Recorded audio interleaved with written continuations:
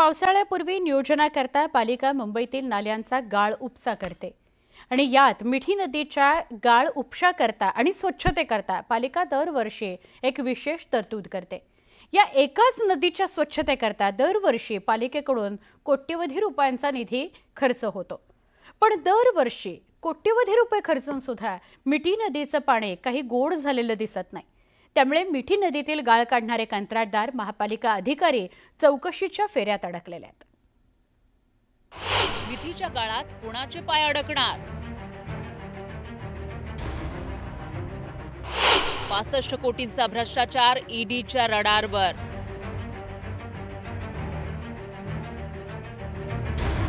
News 18 लोकमतच्या हाती मोठा पुरावा।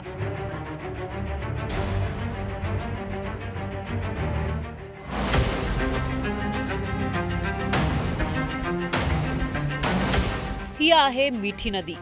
26 जुलै 2005 साली आलेल्या मुंबईतील महापुराला हीच मिठी नदी कारणीभूत ठरली।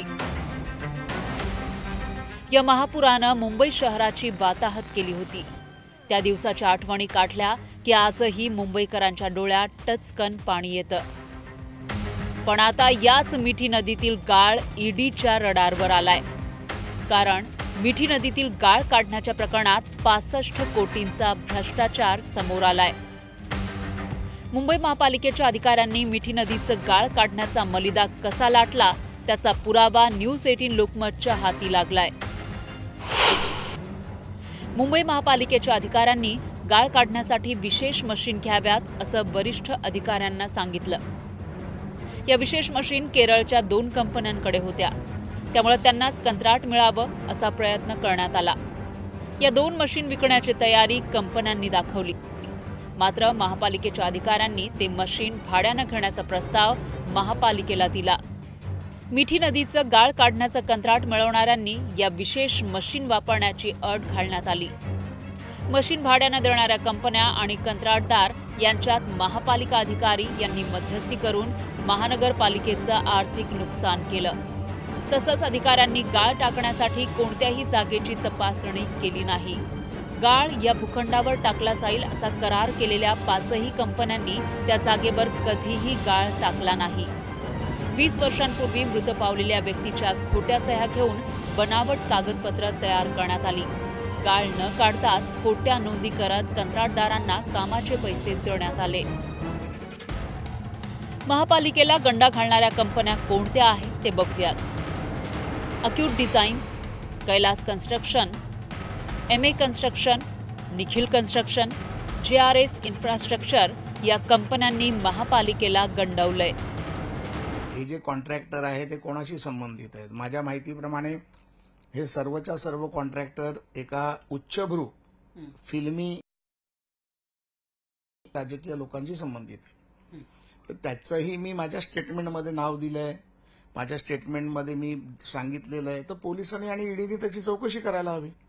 त्याच्यामध्ये कोण दलाली खात होतं? या प्रकरणी आर्थिक गुन्हे शाखेनं महापालिकेचे 3 अधिकारी, 5 खासगी कंपनीतील कर्मचारी आणि 5 कंत्राटदारांविरोधात गुन्हा दाखल केलाय। याच्यामध्ये निष्पक्ष चौकशी होईल।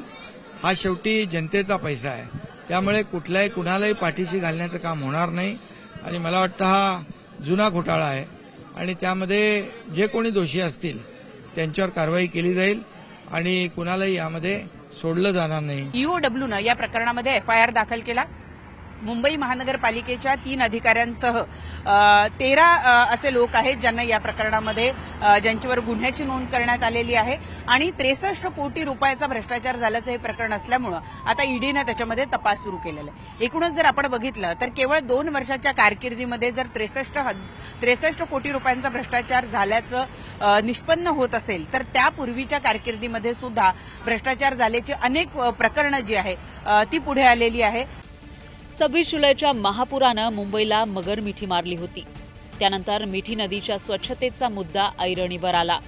गेली 19 वर्ष मिठीच्या स्वच्छतेच्या नावाखाली कोट्यावधींचा मलिदा लाटण्यात आला, पण मिठी नदी जैसे थे अवस्थेतच आहे। त्यामुळे मुंबईकरांचे पैसे खाणाऱ्यांना आता ईडीची मगर मिठी बसण्याची शक्यता आहे। प्रणाली कापसे, न्यूज 18 लोकमत, मुंबई।